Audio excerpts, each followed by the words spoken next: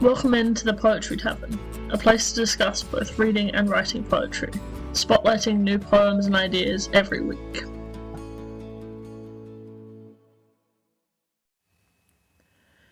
Hello into the Poetry Tavern. I'm your host, my name's Charlotte, as always, and in this week's episode we're going to be talking about Archaism. Archaism? Yeah. So basically, like, the use of outdated words, phrases, structures, anything like that, within, I mean, not just within poetry, but, you know, this is the Poetry Tavern, so we're going to be talking about poetry on this podcast. Anyway, before I waffle on, let's just get into it. So, the first poem I want to talk about today is one that I have liked for a while. I studied it when I was like 17, so, you know, it's one that sort of lives in the back of my mind. I'm sure other people in my classes will have forgotten about it by now, but it sort of exists in a space with me forever. Maybe.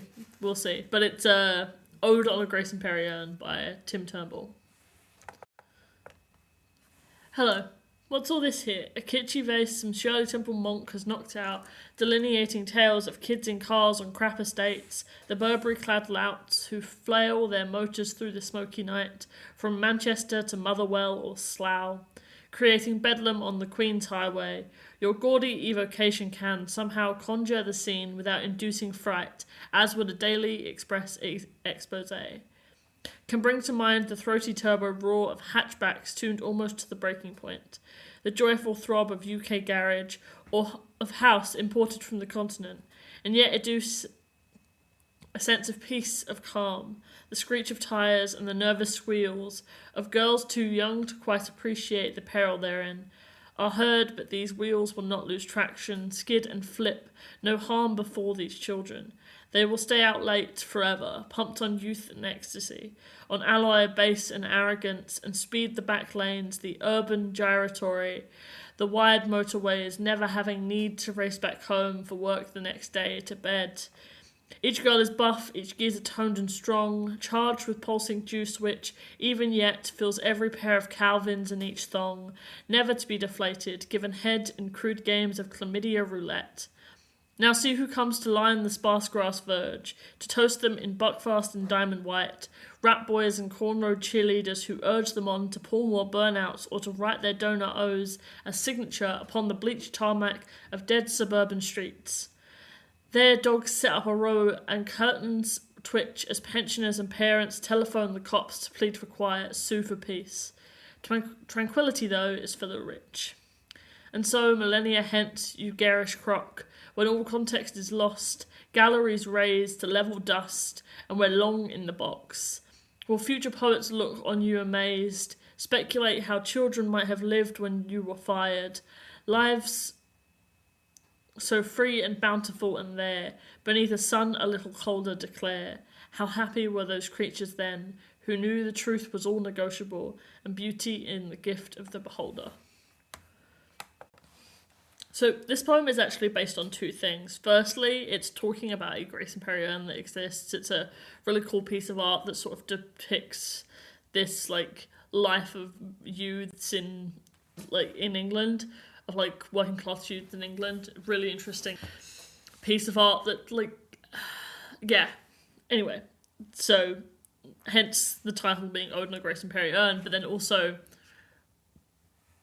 it is an ode itself to a poem called An Ode on a Grecian Urn. And in fact, the last couple of lines from the poem, specifically the section, how happy were those creatures then who knew the truth was all negotiable and beauty in the gift of the beholder, is taken directly from Ode on a Grace and Perry Urn. Those are the final lines in that poem. But also, like, a lot of the form structure is taken from that poem. It sort of sticks with it. That's a Keats poem. And there's elements where it's like the language is archaic, but it also mixes in these really interesting modern references, which I think is why it's an interesting example to talk about archaic language, because it's not archaic throughout. Like, it talks about garage music and, like, bass and motorways and cars and, like, it talks about these really modern things, but in this way that makes it seem archaic. But I think what's really interesting is that the poet, or at least the narrator, changes their mind. Because at the beginning they're like, this is kitschy, this is like, you know, tacky, this is good art. And then by the end it's like, what has been done here is to preserve the lives of these young people and the way of their living forever in a piece of art. And it just doesn't have to be sophisticated, it has to, like, convey these feelings. And by the end it's like, I wonder if a historian will look at it, or a poet like me will look at it years down the line and say the same thing that they said about Grecian art, because we are just another period in time. And it's just such an interesting, like, use of language form. I just think it lived in my memory probably forever. Anyway, let's move on. So our next poem is a pretty famous one. I'm still going to read it because it is what I do on this podcast about poetry. But The Road Not Taken by Robert Frost. Here we go. Two roads diverged in a yellow wood, and sorry I could not travel both and be one traveller. Long I stood and looked down one as far as I could to where it bent in the undergrowth. Then took the other as just as fair, and having perhaps the better claim, because it was grassy and wanted wear, though as for that the passing there had worn them really bout the same. And both that morning equally lay in leaves no step had trodden black. Oh, I kept the first for another day, yet knowing how leads on to way, I doubted if I should ever come back. I shall be telling this with a sigh. Somewhere ages and ages hence, two roads diverged in a wood, and I took the one less travelled by, and that has made all the difference. One of the interesting things that I found about this poem when I was digging around is I found this brief, like, oh, how did this poem get written, sort of, like, description as I was looking through, like, details about the poem.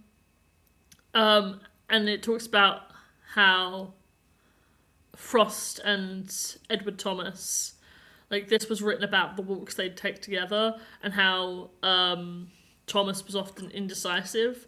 But, like, I think in its simplicity, in its, like, joking nature, like, it was meant to be a joke for Edward Thomas, but I think it's in its simplicity and, like, joking nature, it has touched on something that's quite deep, and in its use of language of, like, this was written in the 20th century, but it reads like something earlier, in its, like, structure and form, and in, like, its language use, in all of it, really.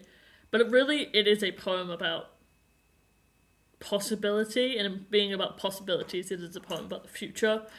So it's really interesting to sort of think of, like, how would the past look at the journey forward, and how would, it's just, how do you look at the forest when you are trying to find the right path, and does it impact the choices you, like, not forest literally, like, metaphorically, like, how do you look at the world around you when you are trying to find the right path to take? Like, which road do you pick on the highway when you don't have a set destination in mind? So it's really interesting, and, like, obviously it talks about the road less travelled and being happier for the road less travelled. I think, you know, it's a really interesting thing that I think a lot of people nowadays take as, like, people who read this poem are like, the harder or the less trodden path, or the thing less people do, is the better option. And I think so much has come from this thing that was just like a little little joke between friends. I think it says a lot about the power of poetry that it does that. Anyway. So, that brings us to the end of our episode. Thank you all for coming in while I talked about new poems that have old stuff in them. I mean, they're not necessarily new poems, because I think Frost is from 1915, and Ode and Grace Perian, Tim Turnball, is from the early 2000s, somewhere between 2000 and 2010. But they're more modern poems than, than some others. I suppose everything is more modern than something else, but other than the dawn of time. Anyway, I'm getting off. Anyway, next week is Christmas, so there will be a Christmas episode, even though it's coming out after Christmas, but it will be a Christmas episode, so I look forward to that. Thanks for coming. Hope you enjoyed. Bye!